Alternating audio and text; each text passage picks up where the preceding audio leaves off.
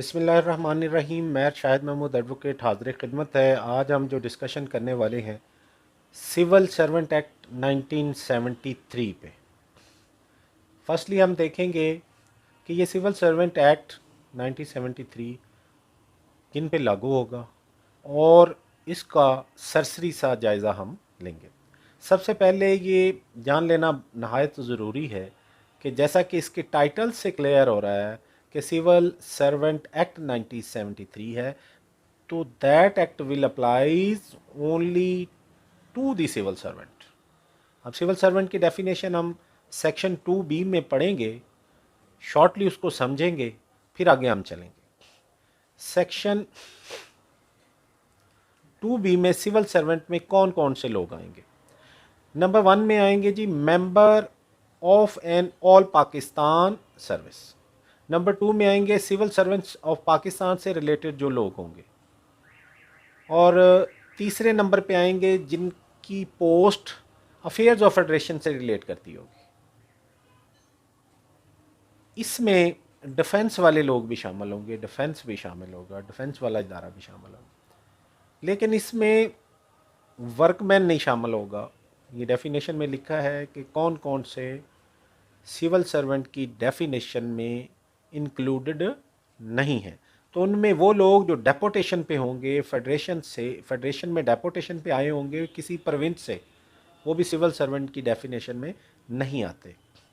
Contract employer, contract पे जो employee होंगे वर्क चार्ज बेसिस पे, वो भी सिविल सर्वेंट की डेफिनेशन में नहीं आएंगे। इसी तरह वर्कमैन भी सिविल सर्वेंट की डेफिनेशन में नहीं आएगा। अब आगे हम चलते हैं। जो सेक्शन 2C है,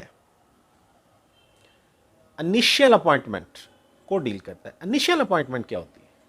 इनिशियल अपॉइंटमेंट की तो जो उसकी वर्डिंग से है कि जो फर्स्ट टाइम अपॉइंट हुआ हो, लेकिन लॉ ने उसकी जो डेफिनेशन बयान की है उसमें ये कहा गया है appointment except promotion and transfer. ऐसी अपॉइंटमेंट जो कोई बंदा ना तो वो प्रमोट हो क्यों आया हो और ना वो ट्रांसफ़र डायरेक्ट अपॉइंट हुआ हो, इसको हम इनिशियल अपॉइंटमेंट कहते हैं। और सब्सिक्वेंटली इसकी आगे 2D में पे की डेफिनेशन है कि जो ऐसी अमाउंट जो मंथली बेसिस पे मिलती हो, उसमें टेक्निकल पे, स्पेशल पे भी शामिल होगी। अच्छा, इसमें फिर आगे सब्सिक्वेंट जो डेफिनेशन आती है वो परमानेंट की है। परमानेंट कौन से होंगे, परमानेंट कौन लोग होंगे? सैंक्शन पोस्ट होगी without time limit, without limit of time. ऐसी पोस्ट जो सैंक्शनड हो और उसमें कोई टाइम लिमिट का इशू आंसर शामिल ना हो, वो परमानेंट पोस्ट होगी।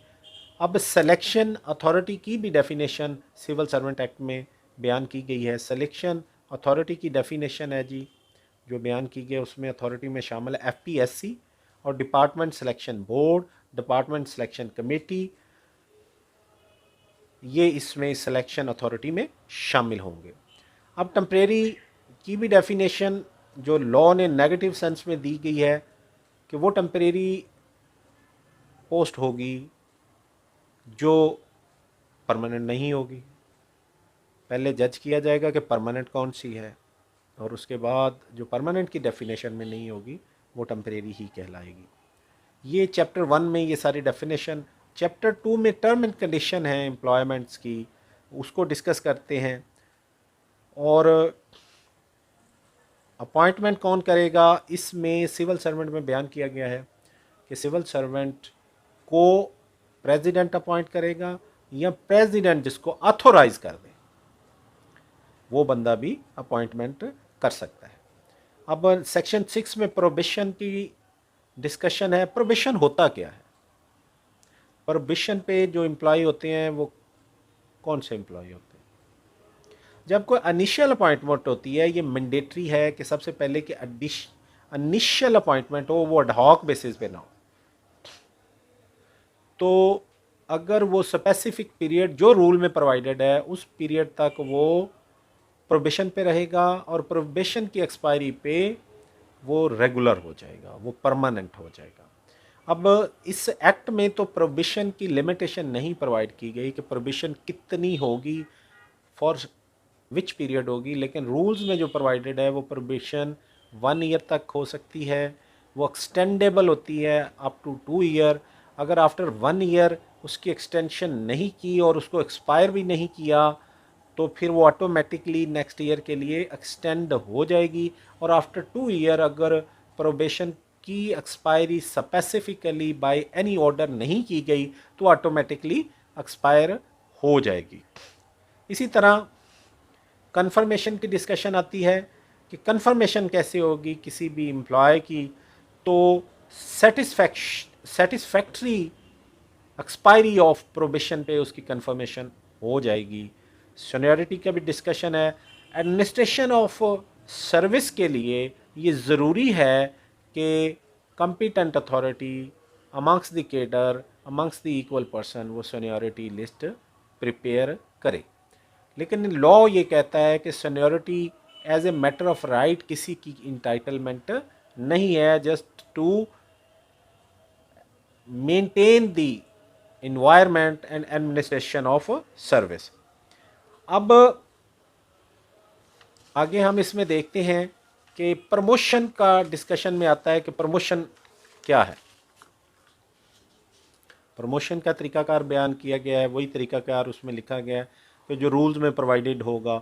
और पोस्टिंग और ट्रांसफ़र के हवाले के जिक्र है कि कोई भी एम्प्लॉय कहीं भी उसको with in the territory of the department transfer किया जा सकता है। वो उसका कोई राइट नहीं है कि वो एक स्पेसिफिक पोस्ट होल्ड करके इंजॉय करे। हम सेक्शन 9 पे डिस्कशन में हैं। अब हम आगे देखते हैं जी। सेक्शन 10 पोस्टिंग एंड ट्रांसफ़र का है और सेक्शन 11 टर्मिनेशन ऑफ सर्विस है। टर्मिनेशन ऑफ सर्विस प्रोविशन के दौरान किसी को एम्प्लॉय को without serving of notice terminate किया जा सकता है। और अगर वो बंदा इनिशियल अपॉइंटमेंट पे है कोई तो वो उसकी सर्विस ख़त्म हो जाएगी। लेकिन अगर वो किसी डिपार्टमेंट से आया हुआ है तो उसकी at the time of termination of service वो अपनी ओरिजिनल पेरेंट डिपार्टमेंट में वापस चला जाएगा। इसी तरह सेक्शन 11A है absorption of civil servant rendered surplus. फिर 12 है revision to the lower post.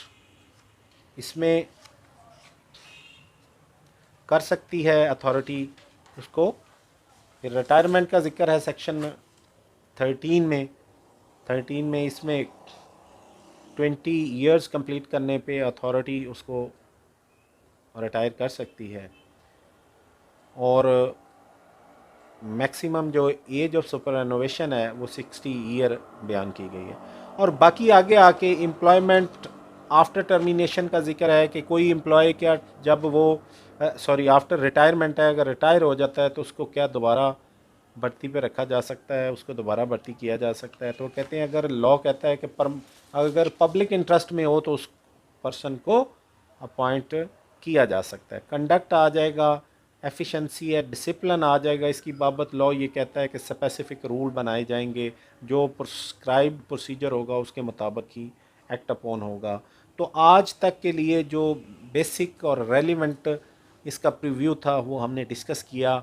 Next इंशाल्लाह सिविल सर्वेंट जितने भी इससे रिलेटेड रूल्स हैं, फिर फेडरल सर्विस ट्राइब्यूनल एक्ट है उसके बारे में हम उस डिस्कशन करेंगे। तब तक के लिए अल्लाह हाफिज़। और मेरी गुजारिश होगी इस चैनल को सब्सक्राइब करें, अपने कीमती आरा से हमें आगाह करें और अपनी काविश और टाइम निकाल के इसको शेयर करें। और इस अपनी काविश को, हमारी इस काविश को सराहें। और अगर आप समझते हैं इसमें कोई मज़ीद बेहतरी लाई जा सकती है तो सजेशन भी दें। बेल आइकॉन बटन ज़रूर प्रेस कर लें ताकि इस तरह अगर जो भी रिलेटेड हम इंफॉर्मेशन आपके लिए लाएं वो आप तक बर वक्त पहुँच सके। Thank you very much. अस्सलाम वालेकुम।